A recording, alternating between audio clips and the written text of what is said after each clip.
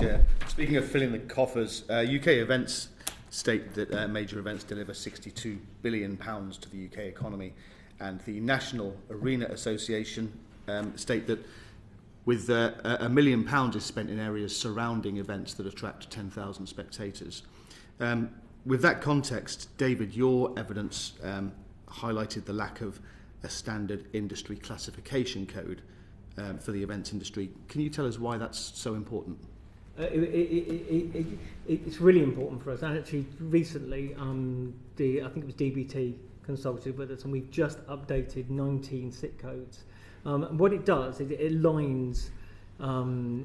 The government will understand where all those the money and the areas that are in the industry. So if you're looking at, say, events and you're looking at, say, festivals, it makes it easier for them to see where we have challenges, and there's probably areas that we can sort of help to boost those areas.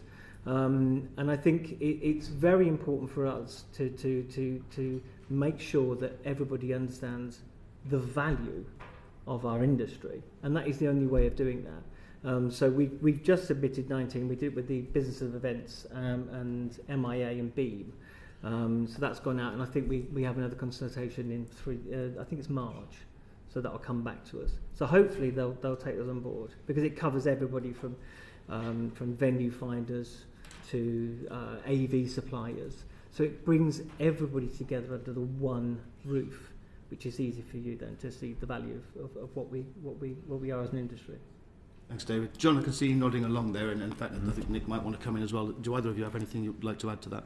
What I would add is that in sport, a lot of us use Sheffield Hallam for economic benefit analysis, and certainly that UK Sport has an overarching contract with them.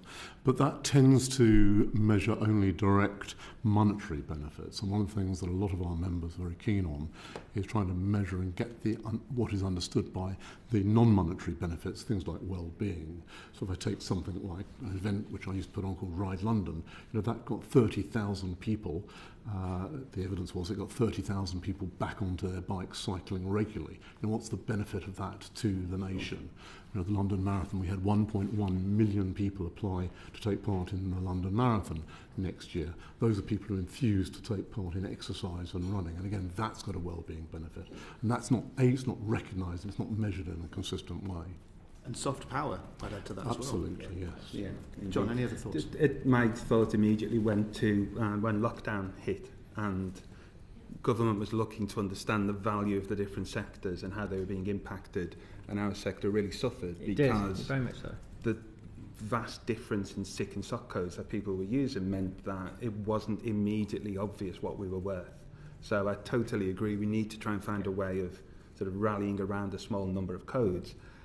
I have a concern that from an industry side, how we marshal all those thousands of businesses to do that. And so actually there might need to be, and I don't know, David, if you've got further thought on this, but some assistance from the government side to actually look to corral those codes into a smaller set so that we get that more obvious visibility of what we're worth.